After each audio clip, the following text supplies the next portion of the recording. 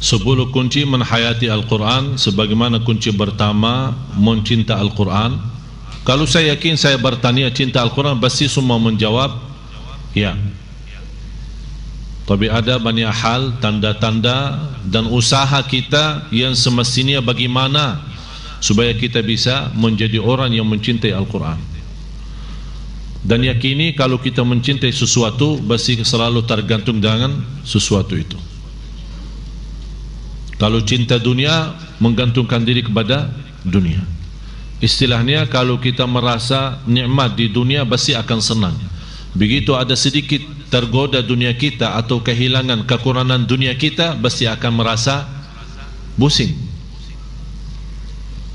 Apakah sama juga bersama Al-Quran? Kalau kita bersama Al-Quran terus, kita senang. Kemudian kalau kita jauh daripada Al-Quran, kita pusing. Ini yang perlu kita bertanya diri. Kenapa sekarang posisi dunia bukan di tangan, malah sudah na'udzubillah jadi di hati? Maksudnya dunia di tangan artinya kapan saja kita lepas, mau lepas bisa lepas. Kalau posisi dunia di tangan, artinya dunia tidak berharga. Kapan kita butuh bisa megang dan antaran, kapan kita tidak mau dunia tinggal kita lepasin. Tapi posisi iman, posisi Al-Quran, cinta Allah dan Rasulnya harus di dalam hati, bukan di tangan. Jangan sampai kita menjadi orang cinta Al-Quran dan atau posisikan Al-Quran di tangan, artinya sebagaimana kita tidak senang melepaskan Al-Quran, itu tidak boleh, bahaya. Jadi harus kita koreksi diri, apalagi kesempatan bulan Ramadan yang dinamakan bulanul Quran. Dan sebagaimana saya menimbulkan semua dalam kesempatan ini, kita tinggalin tasbih kita di bulan, selama bulan Ramadan. Kita tinggalin tasbih kita, jauh daripada tasbih kita. Faham gak? Hah? Faham tasbih itu apa? Ya HP-nya itu sudah menjadi tasbih sekarang. Dimegang HP jauh lebih banyak daripada tasbih. Sekarang saya minta tinggalin tasbih itu, jangan dipakai selama bulan Ramadan. Bukan tasbih wiridnya, zikirnya, yang dimaksud HP-nya.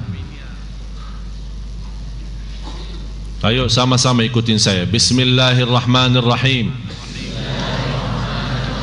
Nawaitu masuknya bulan Ramadan, saya akan jauhkan diri dari HP.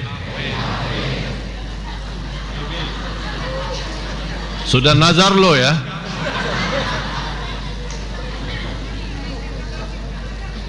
Ya memang kalau kita tidak bisa nikmati Ramadan, kita tidak tahu. Mohon maaf Bapak Ibu, bisa jadi Ramadan ini yang terakhir. Udah kita nawaitu betul-betul lillahi ta'ala. Kalau tidak bisa sepenuhnya, tidak apa-apa. La yukallifullahu nafsan. Yang dimaksud la yukallifullahu, langsung senang hafal lagi. La yukallifullahu di sini bukan soal HP, ibadah. La yukallifullahu nafsan illa wus'aha. Ada orang begitu kita kasih nasihat, jangan terlalu banyak megang HP, apalagi BB. Apa dia jawab? Ustaz, la yukallifullahu nafsan illa wus'aha. Kalau memang tidak bisa sepanjang Ramadan, paling tidak 10 malam terakhir. Apalagi pas kita lagi iktikaf. Mudah-mudahan bulan Ramadan tahun ini mensucikan hati kita dari segala sesuatu yang menggoda kita dalam ibadah.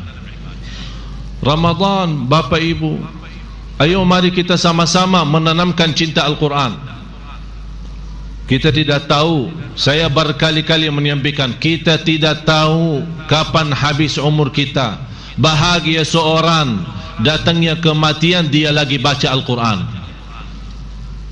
Tapi juga apa yang kita jawab di hadapan Allah kalau kita meninggal dunia pas megang HP, apalagi menyampaikan kata-kata yang justru membuat murka Allah, bukan malah ridha Allah Subhanahu wa taala. Na'udzubillah. Ini tolong Bapak Ibu untuk simpan beberapa ayat untuk memahami kunci pertama yang dimaksud cinta Al-Quran. Harus senantiasa mempelajari beberapa hal.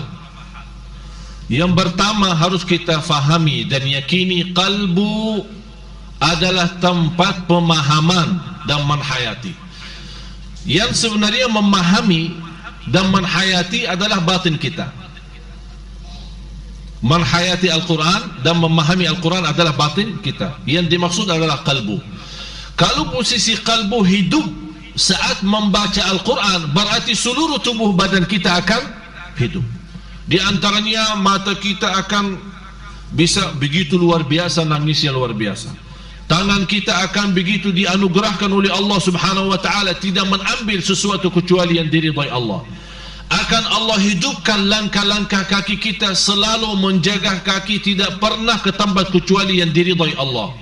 Semua ucapan kita pun yang keluar, karena di sini sumbernya sudah hidup dengan cinta Al-Quran, keluar pun dari bacaan mulut kita, zikir kita, ucapan kita, semua menjadi sesuai yang kita cintai adalah Al-Quran. Jadi tempat menhayati, tempat memahami adalah Al-Quran. Qalbu, sebagaimana firman Allah Subhanahu wa ta'ala suratul Kahfi, bagaimana mereka yang cukup lalai dari zikir Allah, lalai daripada Al-Quran, lalai daripada kebenaran, apa yang terjadi? Allah Subhanahu wa ta'ala kuncikan hati mereka. Kalau apa gunanya kalau Allah kuncikan hati mereka? Karena Allah yang menjadikan kalbu adalah tempat pemahaman, tempat menhayati.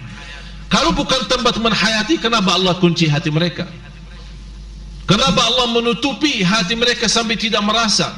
Kalau Al-Quran turun di atas gunung bisa hancur jadi pasir, yang namanya batu yang keras dan kasar. Masa hati manusia na'udzubillah lebih kasar? Berarti harus kita bertanya diri, bagaimana posisi kalbu kita saat membaca Al-Quran?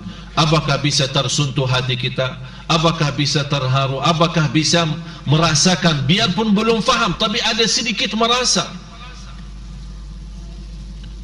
Kesempatannya juga di bulan Ramadan. Ulama membolehkan kita salat di belakang seorang imam yang suaranya indah. Kenapa? Karena dengan suara imam yang indah akan membantu hati ini bisa hidup, bisa terbuka, bisa bongkar segala susah, segala penyakit, segala dosa. Yang paling bahaya dosa batin, itu dosa kalbu. Iri, hasud, dengki, semua titik hitam yang harus kita bersihkan. Tidak boleh mata kita melihat memandangkan orang lain lebih hina. Kita tidak tahu, barangkali di sisi Allah orang lain itu jauh lebih baik di sisi Allah Subhanahu wa ta'ala.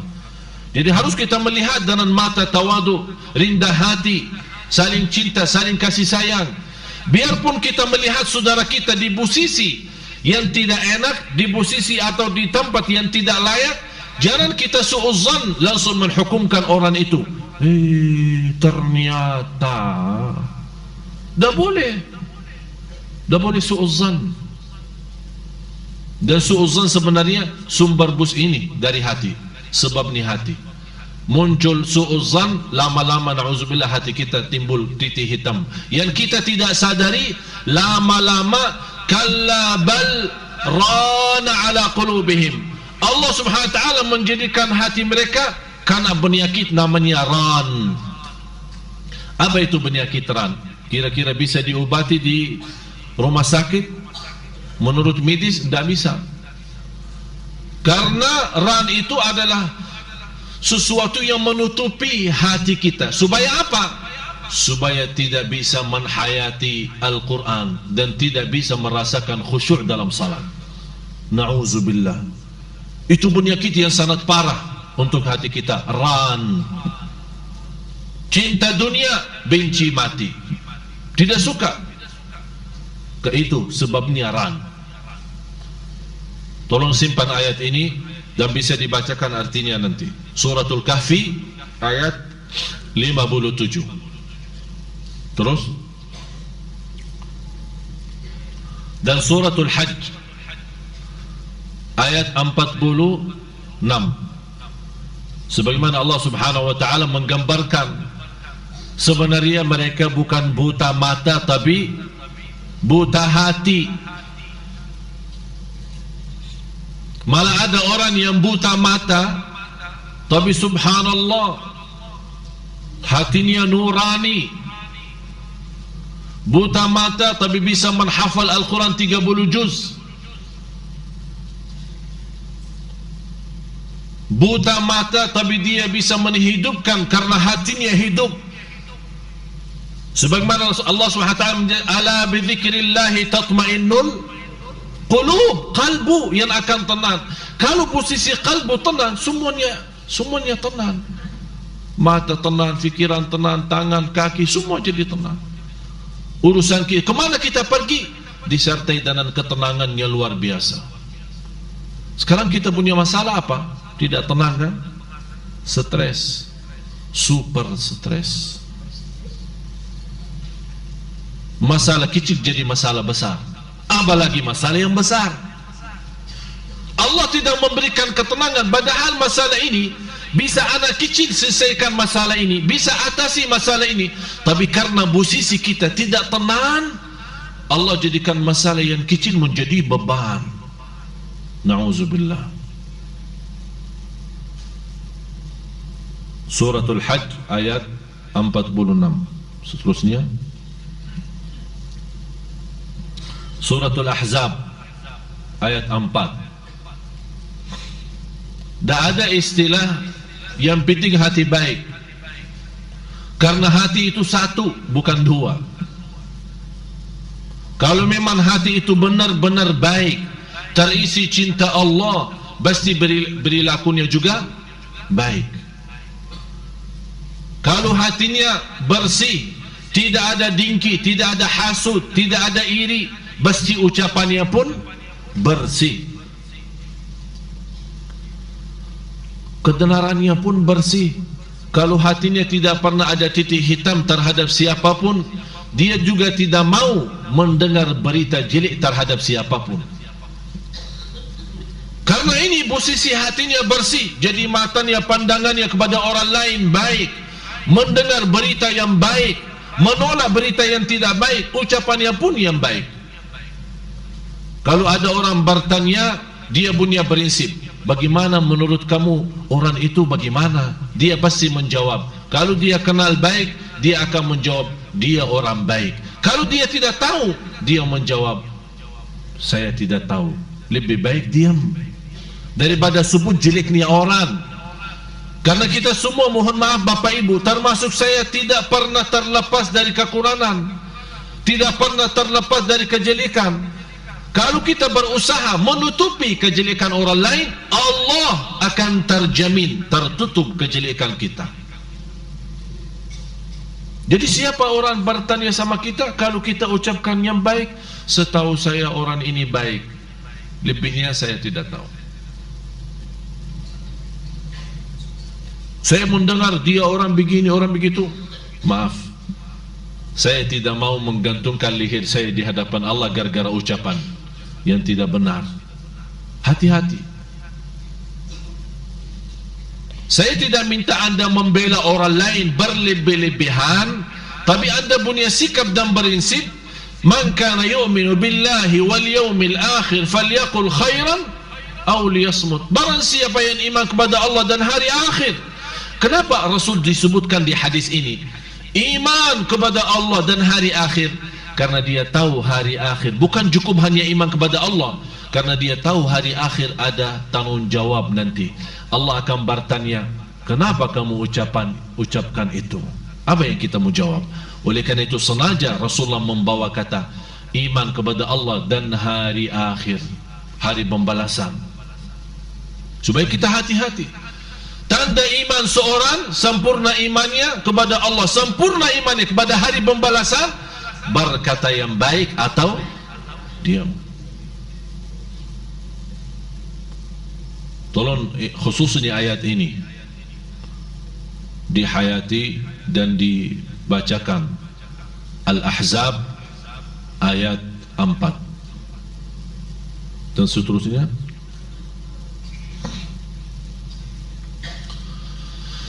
Ini ayat ini menjelaskan hati kita, kalbu kita memang dikuasai oleh Allah. Kalau kita merasa hati kita punya kekurangan, punya kelemahan, berarti kita minta tolong siapa? Allah. Kalau kita ingin Allah menghidupkan kalbu ini dengan iman, menghidupkan kalbu ini dengan kebaikan, menjadi betul-betul kalbu yang suci seperti Nabi Muhammad sallallahu alaihi wasallam. Jadi syaitan tidak perlu menggoda kita.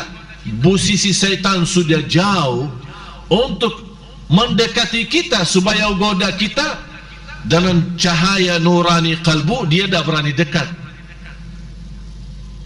Sebagaimana Rasulullah menjelaskan, syaitan itu kalau lewat satu jalur, lihat Sayyidina Umar, dia lari. Jadi kalau misalnya Sayyidina Umar datang ke Masjid Sunda Kelapa, syaitan dia lari ke sana, mungkin ke Masjid Istiqlal. Dia tak mau datang di tempat jalurnya yang sudah dilewatin oleh Sayyidina Umar. Kenapa? Padahal kita tahu posisi. Kalau kita bicara siapa yang terbaik di antara sahabat, ya jelas Sayyidina Abu Bakar, kemudian baru Umar radhiyallahu an, baru kemudian Utsman, kemudian Ali radhiyallahu an. Tapi karena Sayyidina Umar punya kelebihan, masing-masing sahabat punya kelebihan. Tidak ada yang sendiri sempurna, tapi masing-masing punya kelebihan. Sayyidina Abu Bakar ada satu posisi punya kelebihan, di posisi lain Sayyidina Ali punya kelebihan. Oleh karena itu semua sahabat termasuk hamba-hamba Allah yang telah diridai Allah subhanahu wa ta'ala. Sebagaimana kita semua baca, radhiyallahu anhum wa radu an. Semua sahabat tanpa kecuali yang sudah diridai Allah subhanahu wa ta'ala dan telah diridai oleh Rasulullah SAW.